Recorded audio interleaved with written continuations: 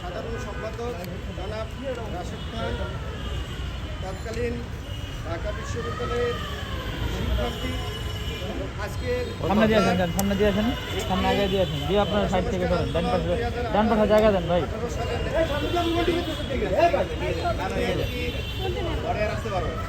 এজাহার দাখিল করেছেন অফিসার ইনচার্জ শাহবাগ থানা বরাবরে।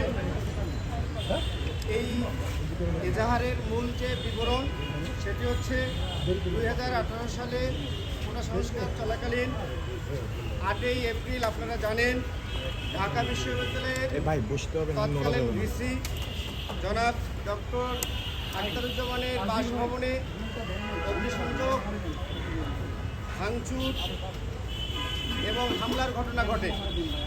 সেই ঘটনার প্রেক্ষিতে আজকে উনি একজন ভিকটিম হিসেবে তৎকালীন ছাত্র আন্দোলনের প্রতিনিধি হিসেবে আজকে এই এজাহারটি দাখিল করেন, এজন্য যে তৎকালীন আওয়ামী লীগ সরকারের আমলে যারা এই অধিকার আন্দোলনে যুক্ত ছিলেন তাদের কোনো মামলা, তাদের কোনো অভিযোগ থানায় নেওয়া হয়নি। আপনারা জানেন যে ক্রিমিনাল অফেন্স ঘটলে যে কোনো সময় তার প্রতিকার চেয়ে মামলা দায়ের করা যায়। তৎপ্রেক্ষিতে তিনি আজকে নিজে উপস্থিত হয়ে এই শাহবাগ থানায় এজাহারটি দাখিল করলেন।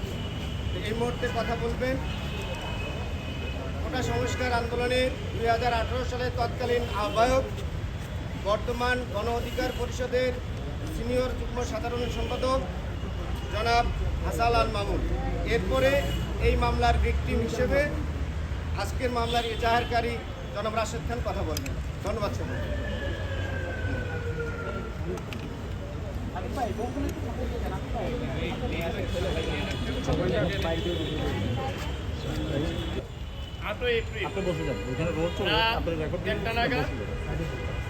তৎকালীন আওয়ামী লীগের সভাপতি মণ্ডলীর সদস্য জাহাঙ্গীর কবির নানক এবং এনামুল হক শামীম, এই দুজন ঢাকা বিশ্ববিদ্যালয়ের শিক্ষার্থীদের আন্দোলন চলাকালীন সময়ে তারা এই ঢাকা বিশ্ববিদ্যালয়ে প্রবেশ করে সাধারণ শিক্ষার্থীদের প্রতিনিধিদের মুখে তৎকালীন ছাত্রলীগের কেন্দ্রীয় সভাপতি সাইফুর রহমান সোহাগ এবং SM জাকির হোসেন, ঢাকা বিশ্ববিদ্যালয় শাখার তৎকালীন সভাপতি আবিদ আল হাসান এবং সাধারণ সম্পাদক মোতাহার হোসেন প্রিন্সের নেতৃত্বে 2018 সালে রাত 1টা নাগাদ সাধারণ শিক্ষার্থীদের উপর হামলা চালায়।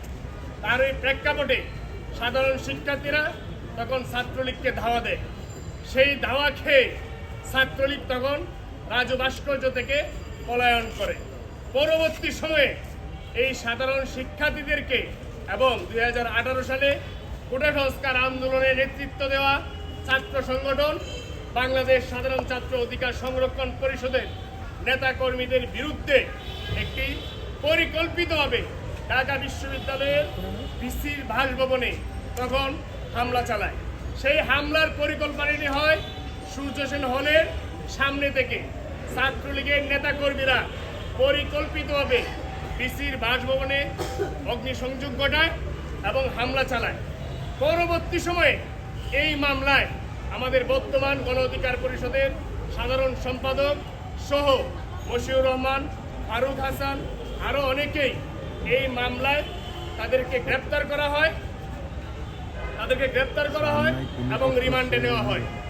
আমরা যারা, বিশেষ করে আমি তখন এই ছাত্র অধিকার পরিষদ সংরক্ষণ পরিষদের আহ্বায়ক ছিলাম, ডাকসু বিপি নুরুল হক নূর, আমরা 30শে জুন যখন অতর্কিতভাবে লাইব্রেরির সামনে হামলার শিকার হই, আমরা হসপিটালে ছিলাম, কিন্তু আমাদের সাধারণ সম্পাদককে গ্রেপ্তার করে দীর্ঘদিন রিমান্ডে নির্যাতন করা হয় এবং এই মামলার, এই যে হামলা হয়েছিল, এই হামলার মাস্টার মাইন্ড হিসেবে তাকে কিন্তু আসামি করা হয়।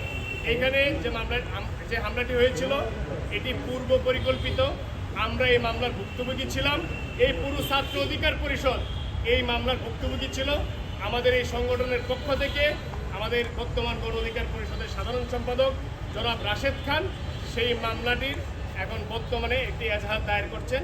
এখন আপনাদের সামনে কথা বলবেন গণ অধিকার পরিষদের সাধারণ